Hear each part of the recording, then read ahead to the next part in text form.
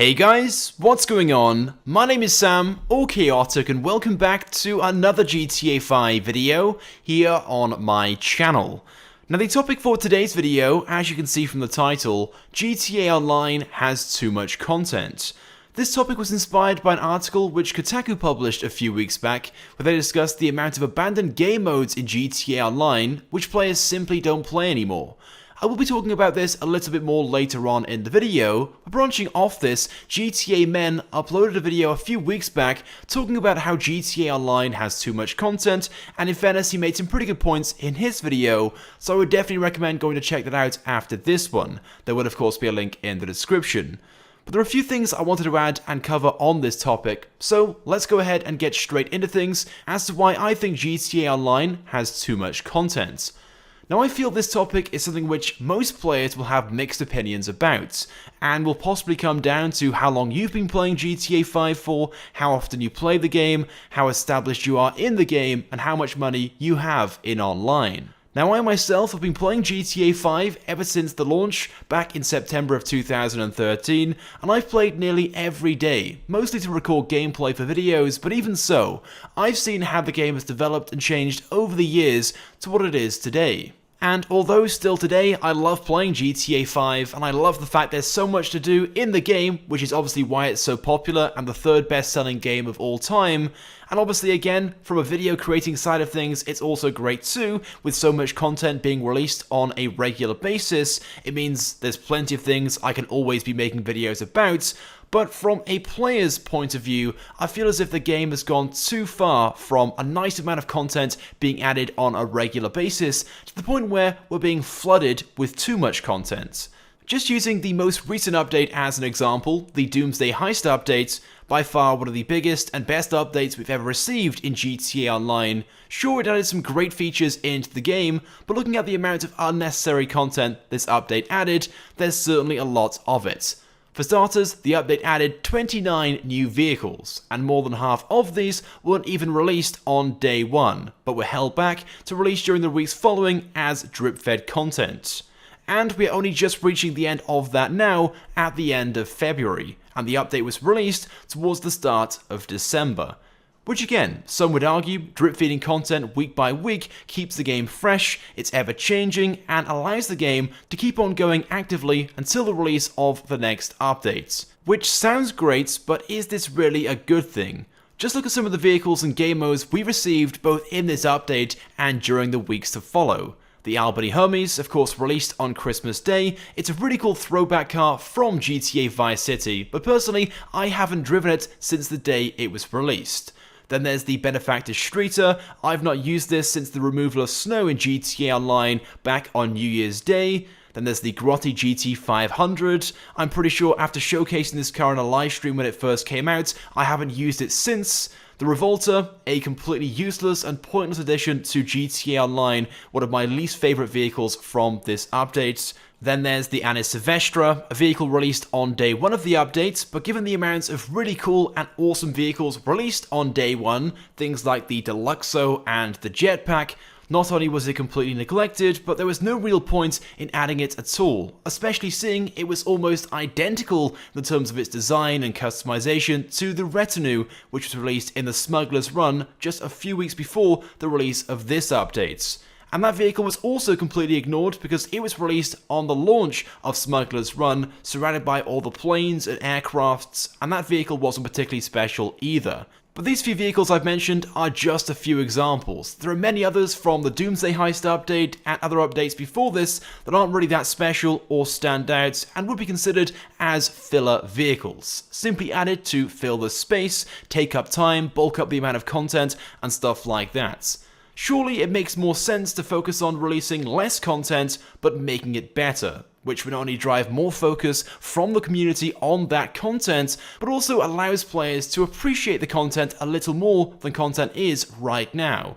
With a vehicle being released every week, players of course on day one may go ahead and buy it, customize it, use it once or twice, then put it back into their garage and possibly never use it again, like many of the vehicles which have come out over the past few weeks and months. Now, did you guys know there are over 530 different vehicles in GTA 5? And of course, you have the ability to store up to 150 of these in various garages, hangars, and bunkers, which you can also buy.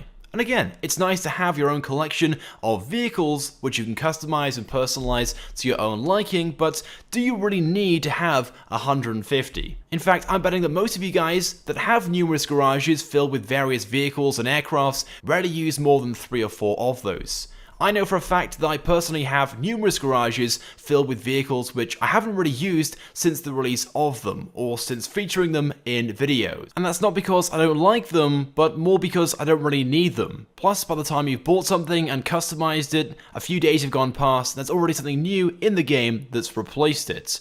And in the 4.5 years that GTA Online has been out, there have been 25 content updates, which, in the amount of time the game has been out, may not sound like all that much, but since the release, Rockstar have never gone more than 95 days without releasing a new content update in the game. And there was once a time that Rockstar was releasing something nearly every month or two, but this was before the addition of drip feeding content. Of course, now in more recent years, especially the last year or two, it's more like every 3 months, but of course these updates are much bigger and filled with drip feeding content to then release each week between the update releases. So we never really go more than a week or two between a new item being added and the next update. And that's just the cars. There are of course also the game modes. Every update usually adds around 4 or 5 new adversary modes, all with several maps available for each of them. Now, I haven't done the calculation and fully added up the total amount of maps and modes available, but there's something like over 500 different jobs, missions, team deathmatches, and adversary modes available in GTA Online, and many of which, as pointed out by Kotaku in their article, simply aren't being played anymore, because there are too many of them. Many of these jobs are completely neglected and abandoned, and that's partly down to the fact that many of these jobs simply don't pay out much money. Obviously, there are some jobs in online which players simply play for enjoyment, stunt races and regular races and stuff like that, but many of these jobs, like the adversary modes, the missions, these are all being played for their payouts, but many of which have very low payouts. Some of the jobs and missions in online can take anywhere from 10 to 20 minutes to complete them and pay out less than $30,000. And that buys you next to nothing in-game. And when it comes to the adversary modes, most players only play the modes which are offering double money and RP at the time. And this is usually only when the game modes are first released. After that, they are very often never put in the spotlight again. Tiny Races, for example, after its release, I don't think there's ever been a special event week where Rockstar's offered double money and RP on the game mode. But in fairness, it wasn't particularly enjoyable when it was first released, and the payouts are pretty awful anyway. So you can certainly see why some of these game modes are considered abandoned. But obviously money and payouts are a huge part of GTA Online, especially with the amount of content being released in the updates and during these special event weeks. And again, there are plenty of ways to earn money in-game, but there aren't many that I consider that great or effective. Look at the businesses, for example. You have the VIP jobs, which are basically just free mode missions, the CEO crate business, which requires help from multiple friends and offers very little in the terms of payouts for the amount of time it takes to fill your warehouse. The biker businesses are just awful. It takes a long time to build up stock and sells for very little amounts. And then there's the gunrunning business, which is a little better, very similar, but it takes over 10 hours to fully fill your bunker. And to sell that, again, you need numerous friends to help you out, and you have to be in the game the whole 10 hours for that stock to be accumulated. Smuggler's Run is just a smaller but slightly more improved version of the CEO crates business. And although the import and export business is by far the best and most unique business that we have in GTA Online, it's not without its faults. Now, there are plenty of other things I could and probably should talk about, but the main point being, there's too much content in-game being released on a regular basis. Now, like I said, I love the fact there's new stuff being added all the time, but it's too much of the same filler content, stuff which isn't particularly that great or that useful or really needed in-game. Personally, I'd like to see a reduction in the amount of content being released, especially as drip-fed vehicles, and focus on content which players actually want to see, rather than just flood the game with something new every week just to bulk up the numbers. And put it this way, if there was a parking lot filled with 100 cars, and 99 of these were just just boring and generic vehicles, but one of these was a nice looking supercar. Which one would you choose? Well, of course it's going to be the nice looking supercar because it's the best choice there. And that's how GTA Online feels. There's too much of the same thing being added each week. And of course people are buying it because it's new, but give it a few days or so once people have bought it, customized it, driven around or so, it goes back in their garage and they never use it again. And that's because most of the stuff that Rockstar are adding each week isn't that special or unique, so basically as soon as the newness wears off, it gets thrown to one side. But surely, by simply reducing the rate of content being added would help. For example, the import and export update was the final update we received, where we saw just one vehicle being released every 2 weeks.